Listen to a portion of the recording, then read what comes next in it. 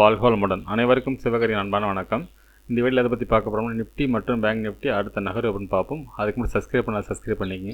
Video பிடிச்சி like பண்ணுங்கள், share பண்ணுங்கள், கமெண்ட் பண்ணுங்கள். உடனுக்குடன் அப்டேட்டுக்கு டெலகிராம் லிங்க் டிஸ்கிரிப்ஷனில் ஜாயின் பண்ணிங்க. சரி, வாங்க வீடியோக்குள்ளே போவோம். ஃபஸ்ட் நம்ம என்ன சொல்லியிருந்தோம் நடந்து பார்ப்போம்.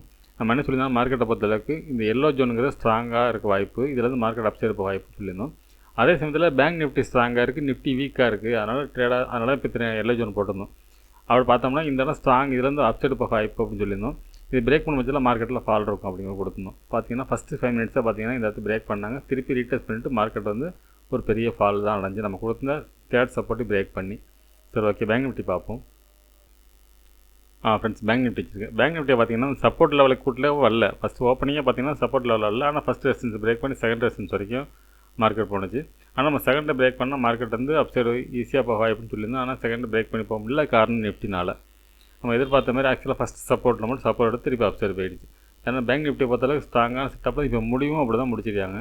ஆனால் நிஃப்டி தான் வீக்காக முடிஞ்சிருக்கு. சரி, ஓகே, சென்செக்ஸ் பார்ப்போம்.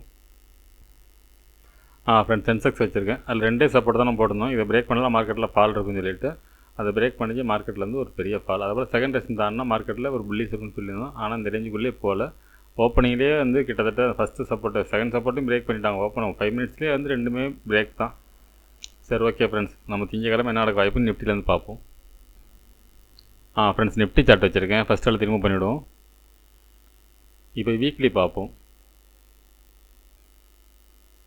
ஃப்ரெண்ட்ஸ், வீக்லி சார்ட் வச்சுருக்கேன். அந்த வீக்லி சார்ட் எப்படி பார்த்தோம்னா போன வீக்கே நம்ம சொல்லியிருந்தோம், பக்கான ரிவர்சல் கேண்டில் இந்த ஹையை பிரேக் பண்ணால் தான் மார்க்கெட்டில் அதை 23,800 தாண்டினா தான் மார்க்கெட்டில் அப்சைடு போக வாய்ப்பு அப்படின்னு சொல்லியிருந்தோம்.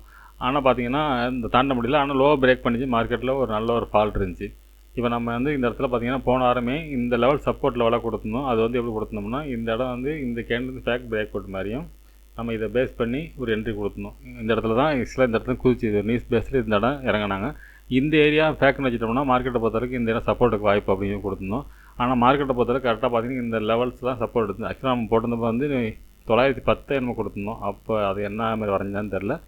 ஆனால் இப்போ உள்ள செட்டப்படி பார்த்தோம்னா கரெக்டாக சப்போர்ட் எடுத்து சப்போர்ட்டுக்கு மேலே தான் வீக்லி முடிஞ்சிருக்கு. இதுபடி பார்த்தோம்னா அடுத்த கேண்டில் பொறுத்து தான் நம்ம அடுத்த வாரம் பொறுத்து இந்த ஹையை பிரேக் பண்ணால் மட்டும்தான் மார்க்கெட் மேலே போக வாய்ப்பு இருக்கும். ஆனால் இந்த லோ பிரேக் பண்ணிச்சுன்னா மார்க்கெட்டை பொறுத்தளவுக்கு இந்த கிரீன் கேண்டோட லோ வரைக்கும் வரதுக்கான வாய்ப்பு அதிகம் ஃப்ரெண்ட்ஸ். கிட்டத்தட்ட எவ்வளோ பார்த்தோம்னா 22,300 வரைக்கும் இன்னொரு 600 பாயிண்ட்ஸ் இறங்கிறதுக்கான வாய்ப்பு அதிகம் ஃப்ரெண்ட்ஸ், இது வீக்லி படி. சரி, ஓகே, டேயில் பார்ப்போம். ஃப்ரெண்ட்ஸ், வீக்லி தான் வச்சுருக்கேன். நம்ம எப்படி சொல்லியிருப்போம்னா இந்த ட்ரெண்ட் லைன் போட்டு இது பிரேக் பண்ணி ரீடெஸ்ட்டுக்கு வந்து இந்த ரேஞ்ச் இந்த ட்ரெண்ட் லைன் தோடும் அப்படிங்கிற மாதிரி சொல்லியிருந்திருப்போம் நினைக்கிறேன். அதுதான் அந்த 910 இருக்க வாய்ப்பு. சரி, ஓகே, டேயில் பார்ப்போம். ஃப்ரெண்ட்ஸ், டே கேண்டில் வச்சுருக்கேன். இப்போ டே கேண்டில் எப்படி பார்த்தோம்னா இந்த ட்ரெண்ட் லைன் ரீடெஸ்ட் பண்ணவே இல்லை. இந்த இடம் தொடர்த்தான வாய்ப்பு அதிகம். அதே சமயத்தில் பார்த்தோம்னா மார்க்கெட்டை பொறுத்தளவுக்கு இந்த ரேஞ்சு அதாவது 22,810 அந்த ரேஞ்சுங்கிறது ஸ்ட்ராங் சப்போர்ட் ஏரியா. இது வந்து பின்னாடி போனீங்கன்னாலும் பார்த்தீங்கன்னா தெரியும் சப்போர்ட் ஏரியா. இந்த இடத்துல பார்த்தீங்கன்னா சப்போர்ட் தான் மார்க்கெட் வந்து இந்த ஏரியா தான் பிரேக் பண்ணி போனாங்க. திருப்பி இப்போ இந்த இடத்துல சப்போர்ட் தான் அப்சைட் போயிட்டு மறுபடியும் இந்த இடத்துல வந்து ஒரு நியூஸ் பேஸில் தான் பிரேக் காணிச்ச இடம். திருப்பி பார்த்தோம்னா இந்த இடத்துல ரீடெஸ்ட் பண்ணுறதுக்கான வாய்ப்பு அதிகம். மார்க்கெட்டை பொறுத்தளவுக்கு இந்த 22,810 இல்லை இந்த ட்ரெண்ட் லைன் கீழே இருக்கும் பட்சத்தை அதாவது 700க்கு கீழே பிரேக் பண்ணால் மட்டும்தான் மார்க்கெட்டில் அடுத்தது ஃபால் இருக்கும். அப்படி இல்லாத பட்சத்தில் மார்க்கெட்டுக்கு சப்போர்ட் எடுத்து அப்சைடு இந்த ரேஞ்ச் வரைக்கும் அதாவது இன்றைக்கியோட ஹை வரைக்கும் போகிறதுக்கான வாய்ப்பு அதிகம் ஃப்ரெண்ட்ஸ். ஆனால் நம்ம ஆக்சுவலாக மார்க்கெட் வந்து ஃபுல் பையிங் வரது பார்த்தீங்கன்னா இந்த இடம் தாண்டணும். அதாவது 23,800 மேலே இருக்கும் பட்சத்தில் தான் மார்க்கெட் வந்து புல்லிஸ்க்கு மாறிக்கணும் அர்த்தம். அது வரைக்கும் ரேஞ்சில் தான் இதுக்கும் இருக்கிறதுக்கான வாய்ப்பு அதிகம் இந்த டே கேண்டில் படி. சரி, ஓகே, 15 மினிட்ஸில் பார்ப்போம் என்ன நடக்க வாய்ப்புன்னு. ஃப்ரெண்ட்ஸ், 15 மினிட்ஸ் வச்சுருக்கோம். இப்போ பார்த்தோம்னா ஃபஸ்ட்டு ரெசிஸ்டன்ஸ் பார்த்தோம்னா 23,029 அப்படிங்கிறது ஃபஸ்ட்டு ரெசிஸ்டன்ஸாக இருக்கும். இது நம்ம சப்போர்ட்டாக ஸ்ட்ராங் சொல்லியிருந்த இடம். அதுக்கடுத்து பார்த்தோம்னா 23,136 அப்படிங்கிற செகண்ட் சப்போர்ட், செகண்ட் ரெசிஸ்டன்ஸ். அதுக்கடுத்து பார்த்தோம்னா 23,255. சரி, ஓகே, சப்போர்ட்னு எடுத்துட்டோம்னா இன்றைக்கி போன லோ தான் ஃபஸ்ட்டு சப்போர்ட் 22,857. அதுக்கடுத்து 22,807. அதுக்கடுத்து 22,676. இந்த 22,676 அப்படிங்கிற டேயில் வந்து அந்த இடத்த பிரேக் பண்ணி தான் மார்க்கெட் மேலே போணுச்சு. அதுதான் ஸ்ட்ராங் சப்போர்ட்டாக ரீடெஸ்ட்டுக்கான இடமும் இருக்குது.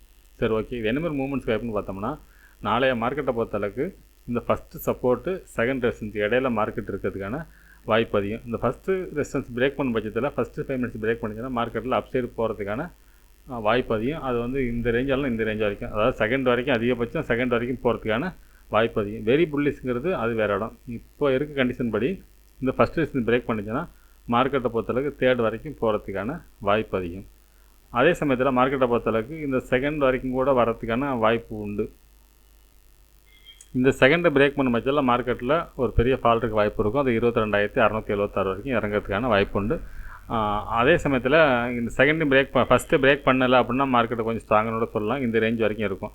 அதாவது ஃபஸ்ட்டு ரெசிஸ்டன்ஸுக்கு ஃபஸ்ட்டு சப்போர்ட் இருக்கிற வாய்ப்பு இருக்குது. ஆனால் ஃபஸ்ட்டு சப்போர்ட்டை பிரேக் பண்ணாலும் செகண்ட் சப்போர்ட்லேருந்து மார்க்கெட் அப்சைடு போக வாய்ப்பு இருக்கும். அப்படி இல்லாத பட்சத்தில் இதையும் பிரேக் பண்ணால் மட்டும்தான் மார்க்கெட்டில் ஃபால்ட் இருக்கும். ஆனால் என்னோடய பாயிண்ட் ஆஃப் வியூவில் மார்க்கெட்டை பொறுத்தவரைக்கும் இந்த செகண்ட் சப்போர்ட்டுக்கும் ஃபஸ்ட்டு ரெசிஸ்டன்ஸுக்கு இடையில் இருக்கிறதுக்கான வாய்ப்பு அதிகம் ஃப்ரெண்ட்ஸ். சரி, ஓகே, பேங்க் நிஃப்டி பார்ப்போம். ஃப்ரெண்ட்ஸ், பேங்க் நிஃப்டி சார்ட் வச்சுருக்கேன். ஃபஸ்ட்டில் திரும்ப பண்ணிவிடுவோம். இப்போ வீக்லி பார்ப்போம். ஃப்ரெண்ட்ஸ், வீக்லி வச்சுருக்கோம். வீக்லி இப்படி பார்த்தோம்னா நம்ம வந்து நிஃப்டியில் பார்த்தோம்னா பக்காவான ரிவர்சல் கேண்டில் போட்டு மார்க்கெட்டு கீழே தான் க்ளோசிங்கே இருந்துச்சு. இந்த கேண்டில் பொறுத்தளவுக்கு பார்த்தோம்னா மார்க்கெட்டை வந்து லோ பிரேக் பண்ணிட்டு ஆனால் ஹையை பிரேக் பண்ணல. கிட்டத்தட்ட இன்சைடாக இந்த கேண்டில் செட்டப் இருக்குது. இது இப்படி பார்த்தோம்னா வீக்லி படி பார்த்தோம்னா இந்த ஹையை பிரேக் பண்ணால் மார்க்கெட் வந்து அப்சைடு போக வாய்ப்பு இருக்கும். இந்த ரேஞ்ச் வரைக்கும் லோவை பிரேக் பண்ணால் இந்த கேண்டில் லோ வரைக்கும் இறங்கிறதுக்கு வாய்ப்பு உண்டு.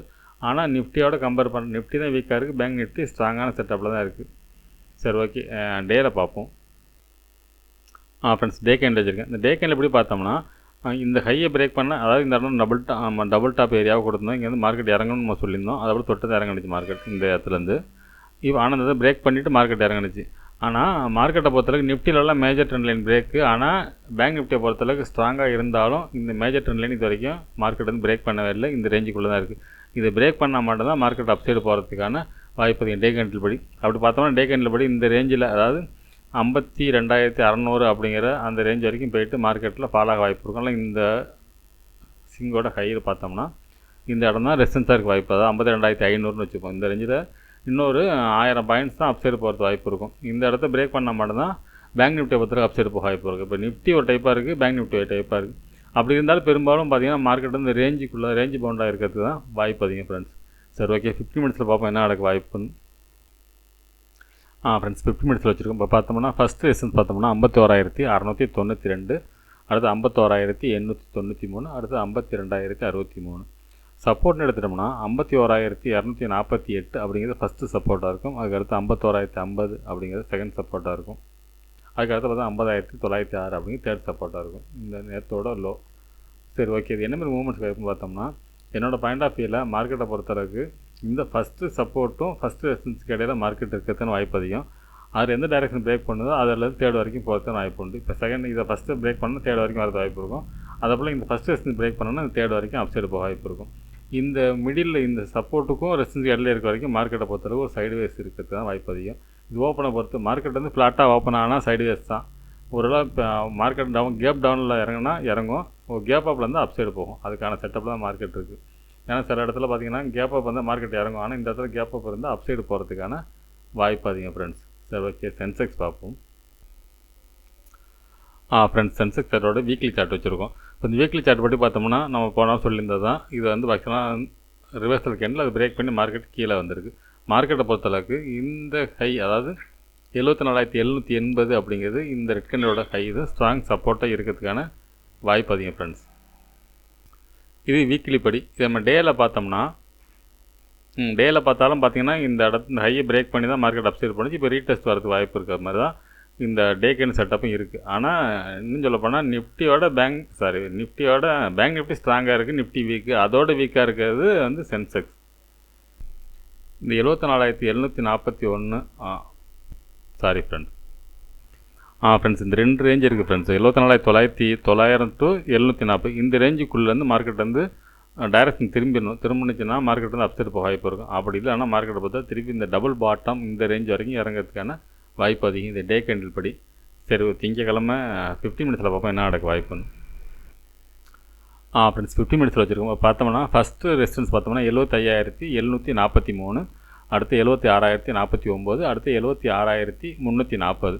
ஸோ சப்போர்ட்னு எடுத்துட்டோம்னா 75,112 அப்படிங்கிறது ஸ்ட்ராங் சப்போர்ட்டாக இருக்கும். அதுக்கடுத்து 74,907, அடுத்து 74,741. இப்போ பார்த்தோம்னா இந்த first support first resistance first support இந்த ரேஞ்சுக்குள்ளே தான் மார்க்கெட் இருக்கிறதுக்கான வாய்ப்பு அதிகம். நிஃப்டி பேங்க் மூணுலேயுமே அதே மாதிரி செட்டப் தான் இருக்க மாதிரி இருக்குது. அதாவது மார்க்கெட் ஃப்ளாட்டாக ஓப்பன் ஆனால் ஒருவேளை மார்க்கெட்டில் கேப் அப் இருக்குது அப்படின்னா அந்த ஃபஸ்ட்டு 5 மினிட்ஸ் பிரேக் பண்ணிச்சுன்னா மார்க்கெட்டை பொறுத்தளவுக்கு அடுத்தது மேலே போகிறது, இந்த ஃபஸ்ட்டு பிரேக் பண்ணாலும் அடுத்தது மேலே போகிறது வாய்ப்பு இருக்கும். அந்த மாதிரி செட்டப்பில் தான் இருக்குது. இந்த ஏரியா தாண்டுறது தான் கொஞ்சம் சிரமமாக இருக்கும். இந்த இடத்துல இவ்வளோ தரம் போயிடும், இங்கே தொட்ட திருப்பி கீழே வரும். அதுக்கான செட்டப்பில் தான் இருக்குது மார்க்கெட். அதாவது 3லேயுமே அதே ஸ்டேட்டில் தான் இருக்கும். இந்த தேடை தொட்ட இறங்குற மாதிரி இருக்கும். அந்த மாதிரி இடங்களில் தான் நம்ம அந்த தேடு போட்டிருக்கோம். அதுபோல் சப்போர்ட்டுங்கிறது வந்து இந்த தேடை விட்டு பிரேக் ஆகிடுச்சுன்னா பெரிய ஃபால்ட் இருக்கிறதுக்கான வாய்ப்பு அதிகம். ஆனால் இந்த ஃபஸ்ட்டு சப்போர்ட்டு பிரேக் பண்ணாத வரைக்கும் மார்க்கெட் வந்து அப் சைடும் டவுன் சைடுமாக இருக்கும். இந்த ரேஞ்சுக்குள்ளே இருக்கிறதுக்கான வாய்ப்பு அதிகம். அதில் எந்த டைரெக்ஷனில் ஃபஸ்ட்டு பிரேக் பண்ணுதோ அந்த டைரெக்ஷனில் போகிறதுக்கான வாய்ப்பு அதிகம் ஃப்ரெண்ட்ஸ். So okay. ஆனால் மார்க்கெட்டை பொறுத்தளவுக்கு செல்லிங்கில் தான் இருக்க மாதிரி இருந்தாலும் இந்த இடம் ஒரு பையிங் இருக்கிறதுக்கான எல்லாத்துலேயுமே ஒரு செட்டப் இருக்குது. அதாவது ஃபஸ்ட்டு சப்போர்ட்டுங்கிற மாதிரி இருக்குது. அதனால் இந்த இடத்துல ஃப்ளாட்டாக ஓப்பன் ஆனால் மார்க்கெட் அப் சைடு போக வாய்ப்பு இருக்கும். ஒருவேளை கேப் டவுன் இருந்துச்சுன்னா மார்க்கெட்டில் பெரிய ஃபால்ட் இருக்கிறதுக்கான வாய்ப்பும் அதிகம் ஃப்ரெண்ட்ஸ். சரி ஓகே ஃப்ரெண்ட்ஸ், அடுத்த வீட்டில் சந்திப்போம். நன்றி, வணக்கம்.